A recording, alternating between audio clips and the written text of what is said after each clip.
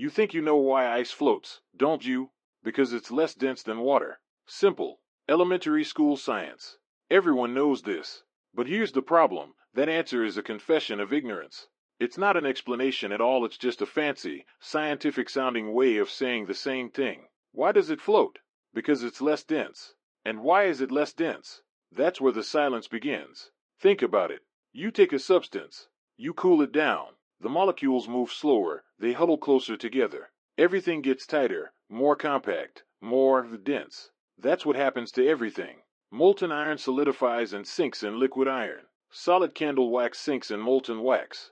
Liquid olive oil solidifies in your fridge and that lump sinks right to the bottom of the bottle. Order, cold, solidity, they bring density. So why, in the name of common sense, does water, just plain, ordinary H2O, decide to break the rules? Why does it expand when it freezes? Why does it become less dense? Why is a pond's surface, the interface between a warm, forgiving fluid world and a cold, killing sky, the very place where solid water decides to form a protective lid?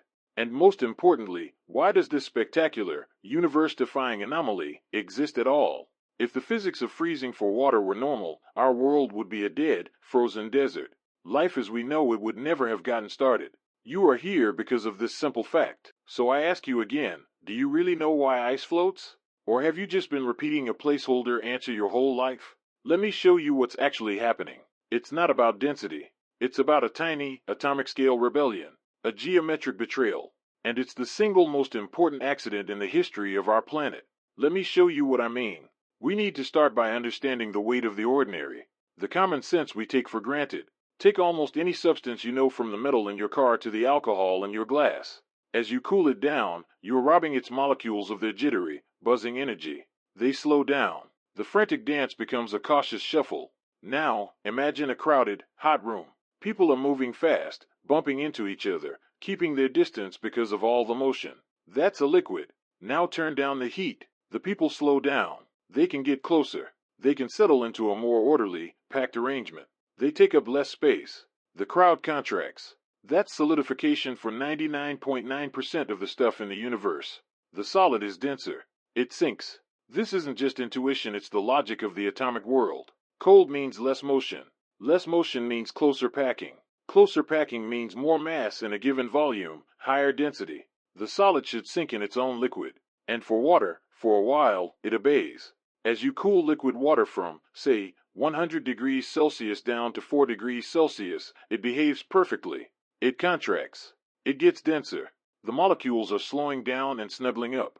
But then, at 4 degrees C, it stops.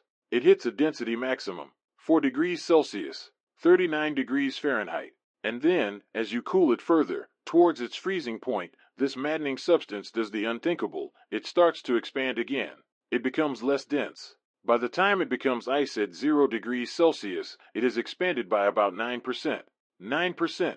That's enormous on the atomic scale. It's like a crowd of people, told to settle down and get organized, suddenly deciding to lock their arms and stand further apart, taking up more room in the room. This is the anomaly. This is the crack in the fabric of normal physics. If water were normal, ice would form at the bottom of lakes first. Lakes would freeze from the bottom up. Once a layer of ice covered the bottom, it would be insulated. The next winter, more ice. In a few years, the entire lake and eventually the ocean would become a solid block of ice from the bottom up. The sun's heat in summer would never melt at all. Earth would be a permanent ice ball. Life? Forget it. So the question isn't a curiosity. It's a matter of cosmic importance. Why? What happens at that atomic level, in that moment between 4 degrees Celsius and 0 degrees Celsius, that causes water to spit in the face of conventional physics and bloat? To find out, we have to go on a journey. Not into lakes, but into the heart of the water molecule itself. Into a story of electric attraction, geometric necessity, and a bond so peculiar it shaped our world. To crack this, we have to become detectives of the very small. And like any good mystery, the clues were found in pieces, by people who weren't necessarily looking for this answer. Our story doesn't start with ice. It starts with sparks and bubbles. In the late 1700s, an English minister and part-time scientist named Joseph Priestley was playing with electricity and different airs, what we call gases. He'd explode hydrogen and oxygen together in a closed vessel and noticed something perplexing. The inside of the glass became damp. Not just from steam that condensed, but a genuine wetness. He'd made water from two gases. This was huge. It suggested water wasn't a fundamental element, but a compound. But what kind of compound?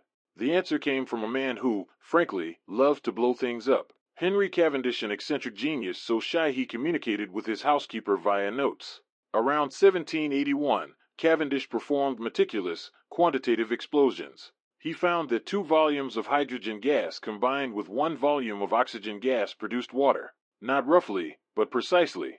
2:1. The implication was staggering. Water had a fixed, unwavering recipe. But the atomic theory was still in its infancy.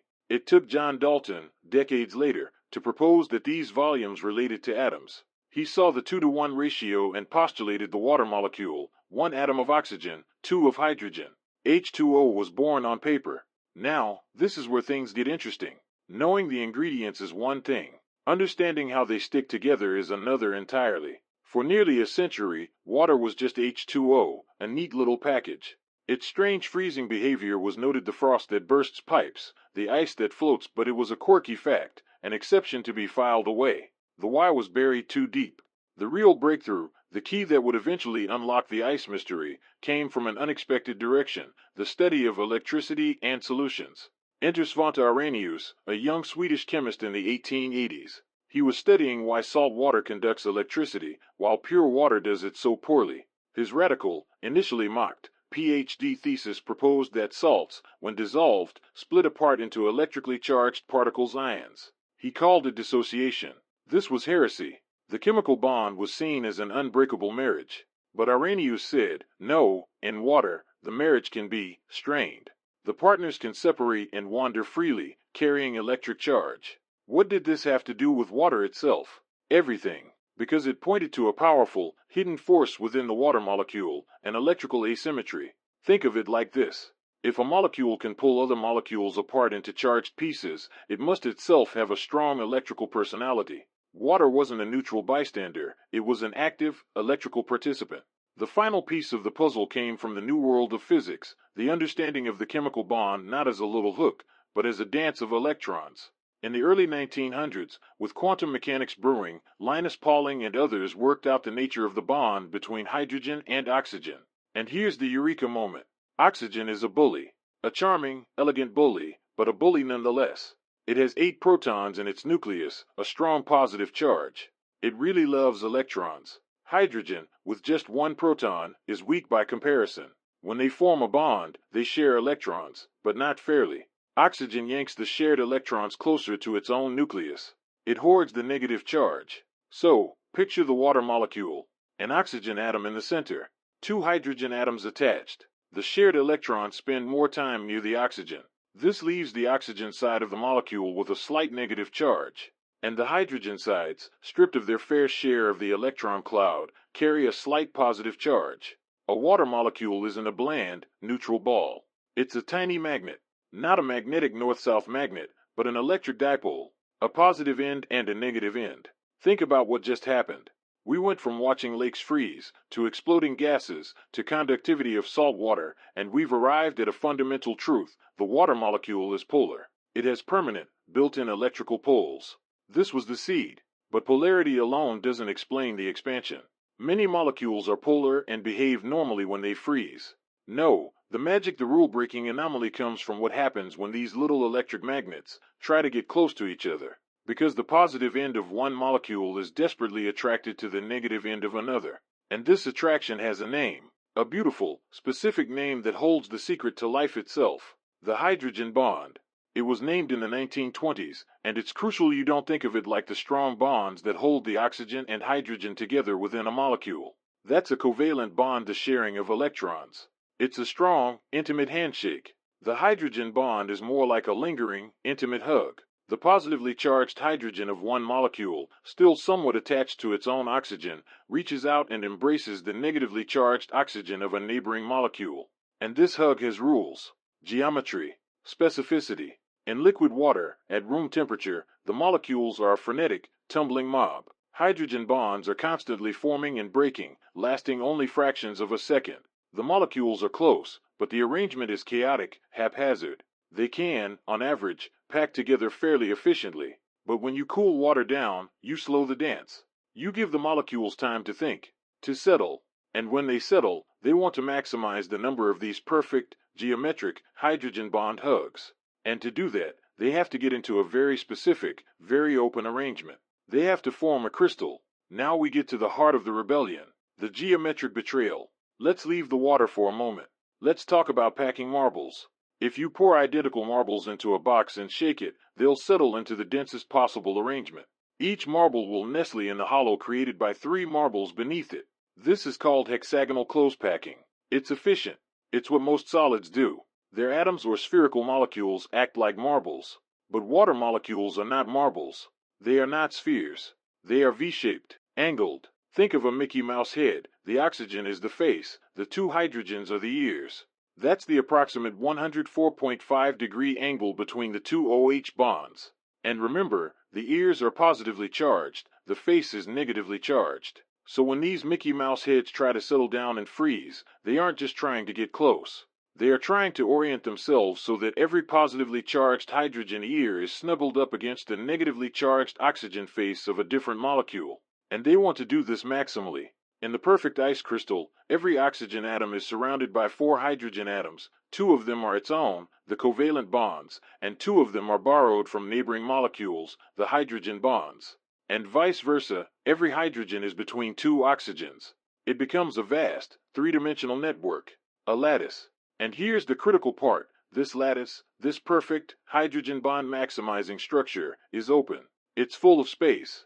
Let me give you the simplest analogy. Imagine you have a bunch of people who can only shake hands with their right hand. If you tell them to get as close together as possible in a crowd, they'll jumble up, bodies touching. That's the liquid. But if you tell them, no, I want each of you to be shaking right hands with exactly 4 other people, and you must keep your arms straight while doing it, what happens? They have to spread out. They have to form a structure with gaps between their bodies to accommodate those straight, rigid handshakes. The structure becomes less dense. That's ice. The hydrogen bond, while strong for an intermolecular force, is directional. It wants that specific OH, O alignment. To satisfy all these directional bonds simultaneously, the water molecules in ice arrange themselves into a hexagonal crystal structure. It's a beautiful, honeycomb-like network in 3 dimensions. And in the center of each hexagon, a hole, an empty space. Listen to that sound.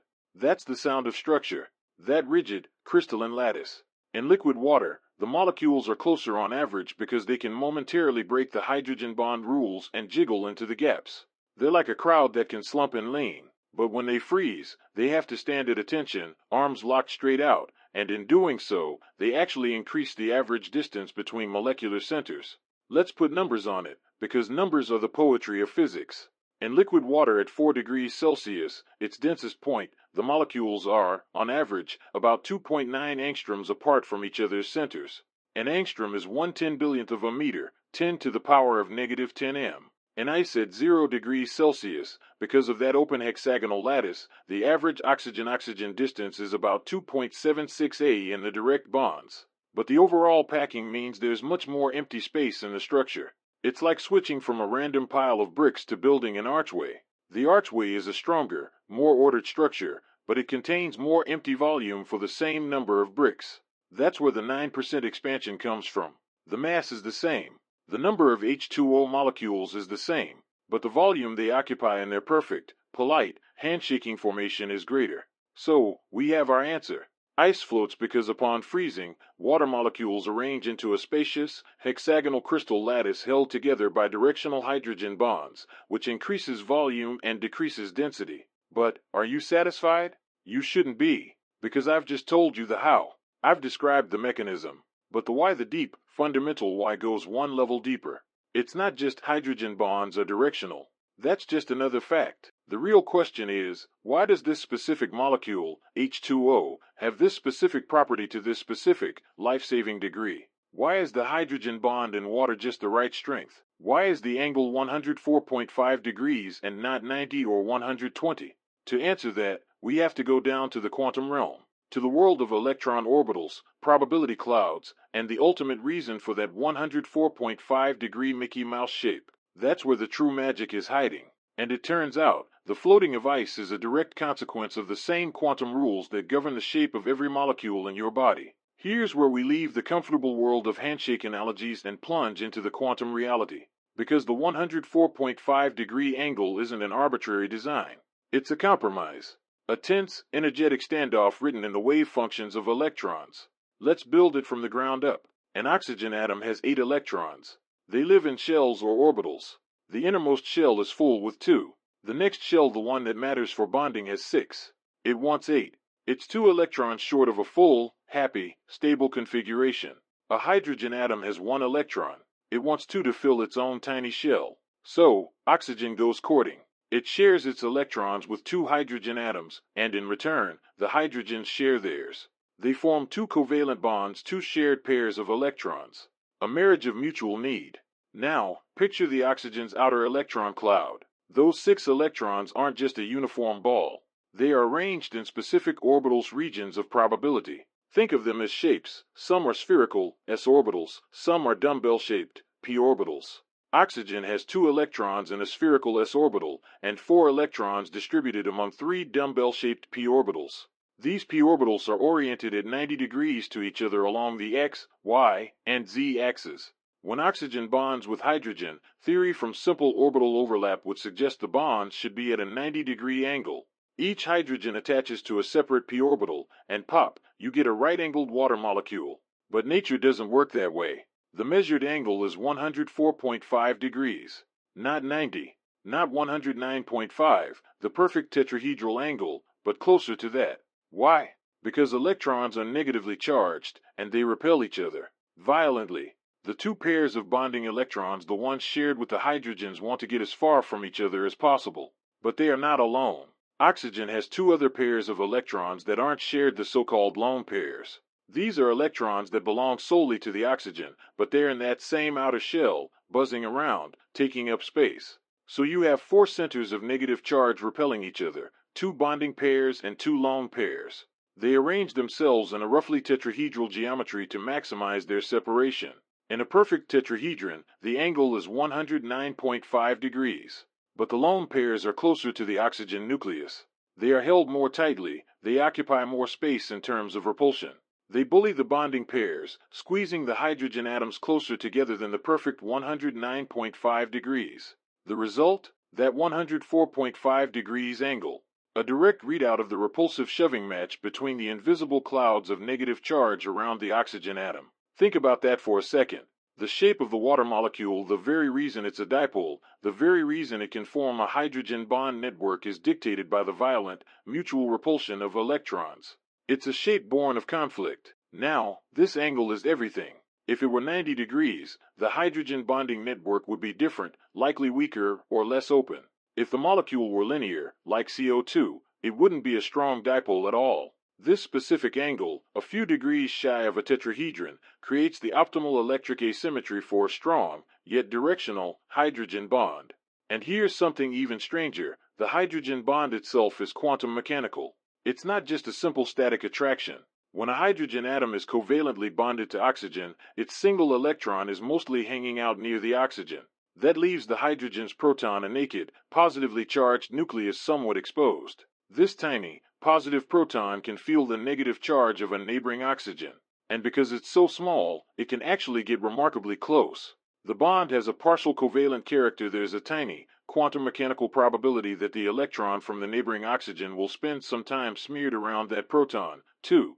It's a bond born of both classical attraction and quantum sharing.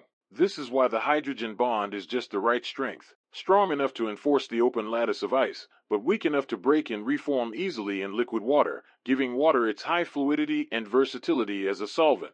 If it were as strong as a true covalent bond, water would be a permanent, rigid solid at room temperature. If it were much weaker, ice wouldn't have an open structure, it would collapse into a dense solid, and water would behave like every other liquid. Now let's connect this quantum architecture directly to the floating ice, with a thought experiment. Imagine you could magically turn off the repulsion between the lone pairs and bonding pairs in the water molecule. Poof! The angle goes to 90 degrees. Let's freeze this new water. The molecules, now right-angled, could pack much more tightly. They might form a denser crystal, like salt. Ice would sink. Our planet freezes from the bottom up. Game over. But that's not our universe.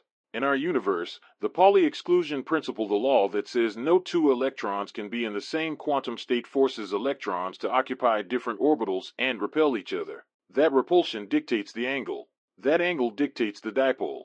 That dipole dictates the specific geometry of the hydrogen bond. That geometry dictates the open hexagonal lattice. That lattice dictates the 9% expansion.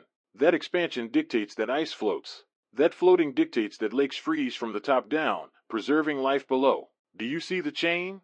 The floating of ice is a macroscopic, life-preserving phenomenon that is a direct, inevitable consequence of the Pauli exclusion principle and the quantum mechanical repulsion of electrons.